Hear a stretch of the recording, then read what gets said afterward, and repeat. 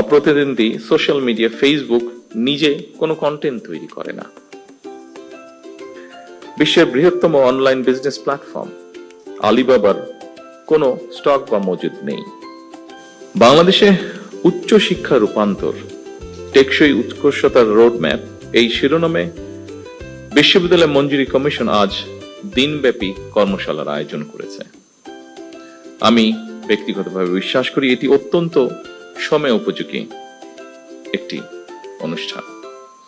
আপনারা যারা এতক্ষণ আলোচনা করলেন, এইসব আলোচনায় শিক্ষা ও গবেষণায় আমাদের বিশ্ববিদ্যালয়ের বৈশ্বিক মান বজায় রাখতে পেরেছে কিনা এমন একটি প্রশ্ন হয়তো ফুটে উঠেছে, হয়তো ফুটে ওঠেনি। তবে আনফরচুনেটলি খুব সম্মত বাস্তবতা হচ্ছে একবিংশ শতাব্দীতে শিক্ষা, গবেষণা এবং জ্ঞানের উৎকর্ষ অর্জনের ক্ষেত্রে বিশ্ব বিখ্যাত বিশ্ববিদ্যালয়ের র্যাঙ্কিং এ আমাদের বিশ্ববিদ্যালয়ের অবস্থান এখনো মনে হয় প্রত্যাশিত উচ্চতায় পৌঁছতে পারেনি।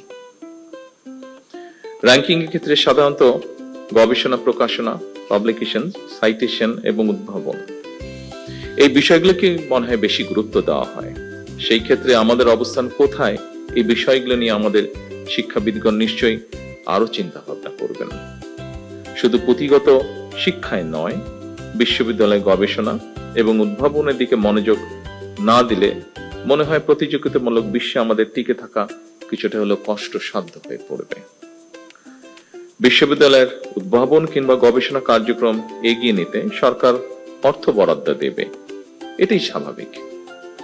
তবে আমি যতটুকু জানি, ব্রিটেন সহ বিশ্বের অনেক দেশই যারা বিশ্ববিদ্যালয় অ্যালামনাই, তাদের অনেকেই কিন্তু বিশ্ববিদ্যালয়ের গবেষণা এবং উদ্ভাবন কার্যক্রমকে এগিয়ে নিতে সাধারণত পৃষ্ঠপোষকতা করে থাকেন।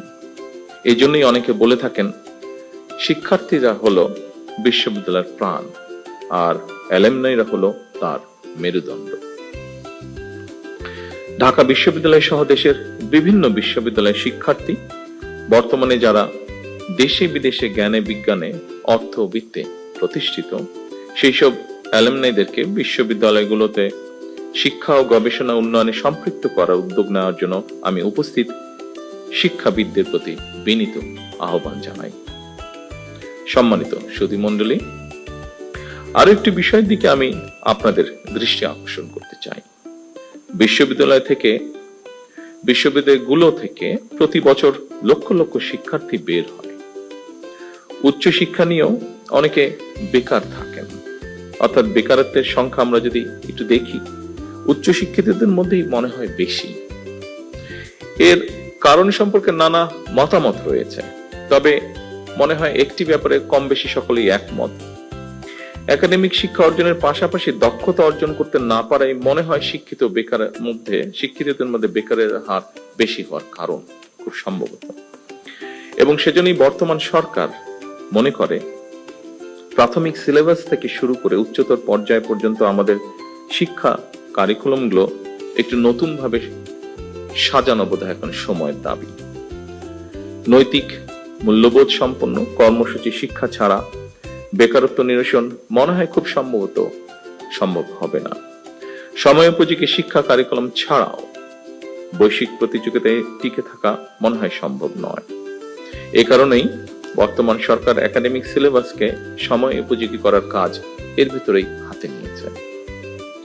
সম্মানিত শিক্ষকবৃন্দ, সম্মানিত গবেষকবৃন্দ, বিশেষ করে উচ্চশিক্ষা ব্যবস্থাকে সময় উপযোগী করতে বর্তমান সরকার অ্যাপ্রেন্টিসশিপ, ইন্টার্নশিপ এবং ইন্ডাস্ট্রি একাডেমি এটা সহযোগিতা বাড়ানোর জন্য চেষ্টা বা উদ্যোগ গ্রহণ করছে।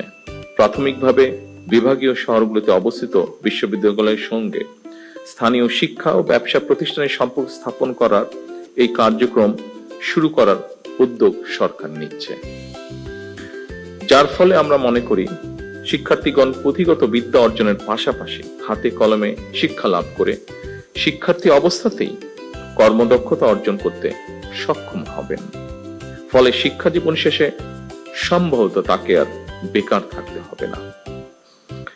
কলেজ এবং বিশ্ববিদ্যালয়ে ইনোভেটিভ বিজনেস আইডিয়া বাণিজ্যিকরণ করতে প্রতিযোগিতামূলক প্রক্রিয়ায় সিড ফান্ডিং বা ইনোভেশন গ্রান্ট প্রদান এটারও আমরা উদ্যোগ নিচ্ছি এবং এর উদ্দেশ্য ক্যাম্পাস থেকেই ব্যবসায়িক উদ্যোক্তা তৈরি করা। ফলে এই উদ্যোক্তারা নতুন এবং সৃজনশীল ব্যবসায়িক ধারণা বাস্তবায়ন করে দেশের অর্থনীতিতে নিশ্চয়ই অবদান রাখতে সক্ষম হবেন। শিক্ষার্থী থাকা অবস্থায় কর্মদক্ষতা অর্জনের ফলে এমনও হতে পারে একজন শিক্ষার্থী চাকরির জন্য অপেক্ষা না করে নিজেই একজন উদ্যোক্তা হিসাবে বরং আরো কয়েকজনের কর্মসংস্থানের ব্যবস্থা করতে সক্ষম হবেন। এইসব উদ্যোগ ছাড়াও সরকার উচ্চ শিক্ষা প্রতিষ্ঠানগুলোতে উদ্ভাবন এবং উদ্যোক্তা উন্নয়ন ইনস্টিটিউট, সায়েন্স পার্ক প্রতিষ্ঠার পরিকল্পনা করছে। দেশি বিদেশি প্রতিষ্ঠানের সাথে অংশীদারিত্বের ভিত্তিতে বিশ্ববিদ্যালয়গুলোতে বিজ্ঞান মেলা, innovation fair, product sourcing fair সহ এ ধরনের শিক্ষা ও দক্ষতা বিষয়ক আয়োজনকে উৎসাহিত করার পরিকল্পনা আমরা নিয়েছি। শুধু উচ্চ শিক্ষার ক্ষেত্রেই নয়, স্কুল পর্যায় থেকেই সরকার শিক্ষা কারিকুলামে কারিগরি এবং ব্যবহারিক শিক্ষা বাধ্যতামূলক করার পরিকল্পনা গ্রহণ করেছে। সম্মানিত সুধীমণ্ডলী, বিশ্ব এখন চতুর্থ শিল্প বিপ্লবে পা দিয়েছে।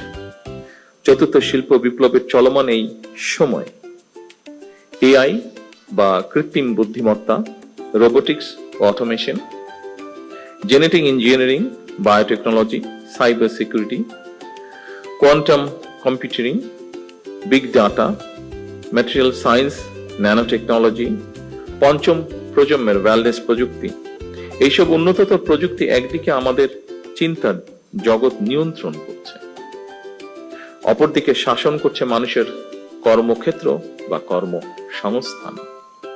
এর ফলে নিত্য নতুন প্রযুক্তির ব্যবহার একদিকে প্রথাগত চাকরির বাজারে বেকারত্ব হয়তো বাড়াচ্ছে, অন্যদিকেও আবার তৈরি করছে নিত্য নতুন ভিন্ন ধরনের কর্মসংস্থান।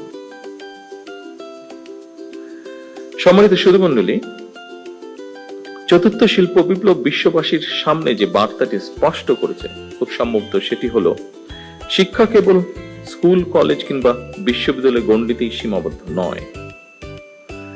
বর্তমানে জ্ঞান চর্চা কেবল একটি নির্দিষ্ট বিষয়ে আবদ্ধ নয়, বরং আমরা দেখি ডাটা সায়েন্স সাথে বায়োলজি বা ইঞ্জিনিয়ারিং এর সাথে হয়তো সমাজ বিজ্ঞান এর একটা বন্ধন রয়েছে।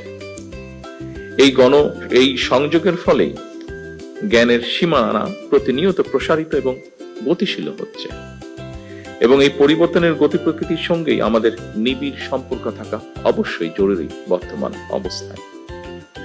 সম্মানিত শিক্ষক, গবেষকবৃন্দ, সম্মানিত সকল উপস্থিতিবৃন্দ, আজকের এই কর্মশালার বিষয়ের সঙ্গে খুব সম্ভবত ব্রিটিশ লেখক টম ইয়ন, যিনি বিশেষ করে ডিজিটাল ওয়ার্ল্ডে বিজনেস স্ট্র্যাটেজিস্ট অ্যান্ড অ্যানালাইসিস হিসেবে স্বনামধন্য, তার একটি বিখ্যাত মন্তব্য খুব সম্ভবত প্রাসঙ্গিক বলে আমার কাছে মনে হয়েছে। তিনি বলেছেন, বিশ্বে বহুল ব্যবহৃত ট্যাক্সি কোম্পানি উবরের নিজের কোনো ট্যাক্সি নেই। বিশ্বে অপ্রতিদ্বন্দ্বী সোশ্যাল মিডিয়া ফেসবুক নিজে কোনো কন্টেন্ট তৈরি করে না।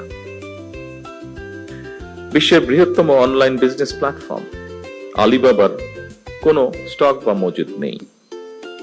মজুদ পণ্য নেই।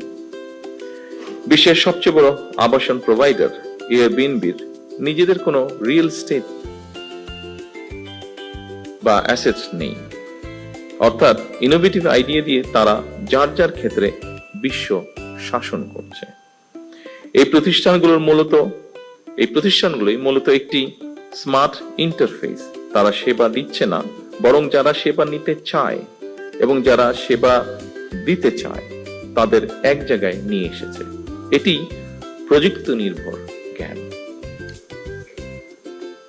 সম্মানিত সকল উপস্থিতিবৃন্দ, আমাদের সামর্থ্য সীমাহীন না হলেও সীমিত সম্পদের কার্যকর ব্যবহারের মাধ্যমে অবশ্যই আমাদের পক্ষে নতুন কিছু করা সম্ভব বলে আমি দৃঢ়ভাবে বিশ্বাস করি। আমাদেরও প্রচুর মেধাবী মানুষ রয়েছেন যারা সুযোগ বা সুবিধা পেলে বিশ্বমানের কিছু করা তাদের পক্ষে অসম্ভব নয়। মেধা পাচার রোধ করে, মেধার বিকাশ, মেধা লালন করে আমরা ভবিষ্যৎ চ্যালেঞ্জ মোকাবেলা করতে চাই একসাথে। ফ্যাসিবাদ স্বৈরাচারের বিরুদ্ধে আমাদের তারুণ্য বারবার রাজপথে নেমে এসেছে। স্বাধীনতা প্রিয় গণতান্ত্রিকামী জনগণ আবারও অধিকার আদায় মিছিলে সামিল হয়েছিল। এভাবে দীর্ঘ ১.৫ দশকের বেশি সময় হাজারো প্রাণের বিনিময়ে বাংলাদেশে একটি গণতান্ত্রিক রাষ্ট্র সরকার বর্তমানে প্রতিষ্ঠিত হয়েছে।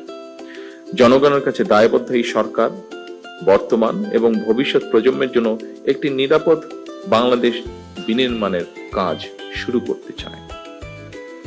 বর্তমান গণতান্ত্রিক সরকার একটি জ্ঞান ও মেধাভিত্তিক রাষ্ট্র এবং সমাজ গড়ার কাজও শুরু করতে চায়।